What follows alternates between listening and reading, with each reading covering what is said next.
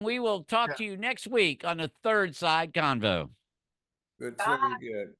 Bye. We're out. Out Good on the job. show. All right. Woo. Very good job, Well. Henry. You did a fantastic job jumping back and forth there. Hey, Trent. Trent, I wasn't meaning to make fun of you. I was wondering, some other people want to do this electoral college, and I'm saying it's going to be a 15-minute show because where do you go with it? You know, with the valued points. I love that you just said let's not change anything, but Right. You didn't talk about options to it. That was the problem. Yeah, there was no. okay. What was that, Deb? What'd we miss? You didn't talk about modification versus all or nothing. I mean, there's a bunch of states now that have an interstate agreement. They'll all, go after put their votes after the popular vote. I mean, what if you took a state like Florida that has always been very close to 50-50 Republican and Democrat and said, okay, Florida, you split your vote. So you no longer have, the whatever it is, 40 votes out there, but 20 of them or 22 will go to one and 18 will go to the other. That's a whole different ball game. Well, And we should have had you on the show. Yeah, No kidding. I'm with Deborah on that to have the options. I think I had said this with Deborah. One of the things I had said, he used the Electoral College as a backup to the system, like the one-on-one vote. Say, for example, we know there's more Democrats than Republicans. So if you're running for president, you would have to win. If you're a Democratic president, you would have to win by so many votes. If you don't win by that margin, it goes back to Electoral College, vice versa. So if the Republicans don't have enough votes, the Democrat would have to win by 3 or 4 million. And then if he doesn't win by that margin, you can use the Electoral College as the deciding factor. So you can have both at the same time. The equalizer. As an equalizer. Yeah, I didn't look at most of the options, and I apologize, Deb. I wish we'd had you on because you're right. We weren't looking at what's the other choices because there have been some bills out there that probably are not all about just changing it to one person, one vote, and basically turn us into a democracy, I guess. Yeah, well, and people talking about, I mean, the whole thing was started based on racism in America and lack of communication back in, them old years when there was no, CNN, there was no cell phones, there was nothing. And they were worried that uneducated people would be voting. So it was kind of like one of those things that, all of those issues are they're moot. They're moot. I mean, you could have a campaign that is purely run on television these days because these people, there was a thing about in the Trump and Clinton race, 90% of the campaign stops were in 11 battleground states. And of those, 2/3 were in Florida, Pennsylvania, Ohio, and North Carolina. So, making the point about Wyoming, what about California? What about Texas? What about Kansas? What about Illinois? All of these other Those are great, Deb. Those are great points because you're right. I mean, here they excluded these other states just because they had no chance. So the electoral system, from that standpoint, actually hurts that, or whatever, exaggerates it, right? Yeah, somehow I Interesting. So they only showed up in swing states, is what you found. Yeah. What about the Bronx, Long Island? What about it?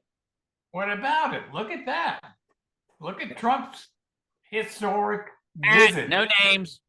No names there, Tim. Red cap. Red cap. That's a good Red cap visit.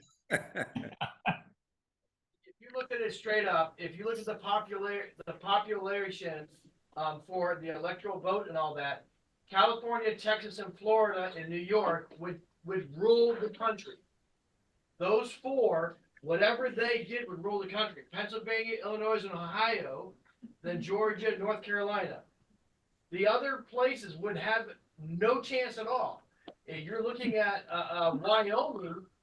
Wyoming has 192,000 people compared to millions in the other side. That's just voters. There's no chance. And so that's the biggest problem that you would see is they wouldn't have a chance at all. Their vote wouldn't matter. No one would bother to campaign or care what happens in Wyoming, nor would they care about Alaska, which they'll anyway, or Delaware. You can barely hear you, Joe. What was that, Donald? I can barely hear you. Ouch. I'm sorry. That's unusual. Can you hear me now? I was trying to get your attention. I apologize for that there. Right. But I kind of heard what you were saying. Like I said, it equalizer because a Republican has not won the popular vote since, and came close since the Gore and Bush. That's why I'm saying you have an equalizer, which is with the Electoral College, to make it an equalizer to have a, like I say, you got to have something there. So that's why I said we don't get rid of the Electoral College completely, use it, but update it to what's happening now. So You gotta so figure out Ollie, a- what's your thoughts on this? Did you see some agreement here, or what do you feel about it? I saw agreement, but unfortunately I came in so late to the party that I'm sure I missed some of the good stuff. Well, yeah, you missed Ted and Larry agreeing. Well, That was real good stuff. That was under duress, guys. Come on. Ah, It's going on what today is, It's a crazy day today. Well, I just found it very difficult to see how the other states would compete. Even now, it's hard for some of the smaller states to get attention because those are based on the amount of seats and House seats and so forth that they benefit from. But if you look at the census population and how many voters they get, it's ridiculous what the difference is. And those that can actually vote. And so the smaller states, which unfortunately seem to be on the red side, and the larger states where there's large populace and large cities, those cities, even though the state may be a lot of red, those cities will control the whole aspect anyway. And so that's kind of why the Electoral College was important to have, because there was other places like, why bother to vote if my vote won't count? If I'm in a rural area, it wouldn't matter. And voting based on the area does make sense. Why vote against anti-gun nationally if you need a gun because you're protecting your farmland so that everyone can eat and you're protecting them from the things that are attacking the food? But if you make a national ban, they're voting based on what's in the cities only and not on all of everyone's. yeah, but those people in Wyoming and South Dakota, their votes would count just like everybody else's. One person, one vote, right? But it wouldn't, but it would still affect their area more because yes, in cities, guns may be a problem, but again, we're creating and making national decisions where maybe they should be on the state level. Maybe it should be on the city level. And most of the time we do things right, but a lot of times the federal government gets in our business and decides we want to make those things. So if the federal government made a gun law, that would affect the rural areas that need them, as well as benefiting the cities that say they don't want them. And that's the problem. The Electoral College helps stop that kind of stuff. No, in a way, but I'm saying as today's standards, there should be a way to make every vote count, make everybody go out there and vote, saying, hey, you got to put a system in and say, hey, you better vote because it makes a difference. If we do go to the sliding of they have to win by so many, but people have to realize that every vote would count because each side has to win by so many. And it's like it's like the vote in the Senate. You got to have 60 votes, so every vote counts. You got to vote. So get people to start voting and not to vote. So we got to come up with a reason to get people to vote. So that would be the number one reason to get everybody to vote. So come up with a system like that. So well, part of that, and here's the element of it. Part of it is when you do the one vote, one count, you're ignoring the fact that, okay, let's say Florida turns blue, okay, which most of Orange County is blue, okay? The only reason why Orange County and Miami doesn't control all of Florida is there's enough rural areas to just get enough, and it's always within 10,000 votes. It's always that close of whether or not Florida ever flips. So here's the interesting part of that. They turn around and say all the electoral votes go to whoever wins the state. That's the big issue, is if we did part and half, we wouldn't get the results that we have. We would have a lot of the blue states would control the rest of everything. And if you look at a map, you look at the map when they do the vote, you see a ton of red and a little bit of blue, and the blue always is right on being even with the red. And that would make it very difficult to be able to slip. You would feel horrible every single time you moved and said, my vote doesn't matter, because everything's red and blue still wins. And blue would always win if it was always done in that fashion. Because let's face it, media is going to always concentrate on the cities. They're not going to concentrate on the rural areas. Well, Joe Boy, let me find out from everybody after this conversation. I'm going to start with Larry, then we're going to go to the Zoom.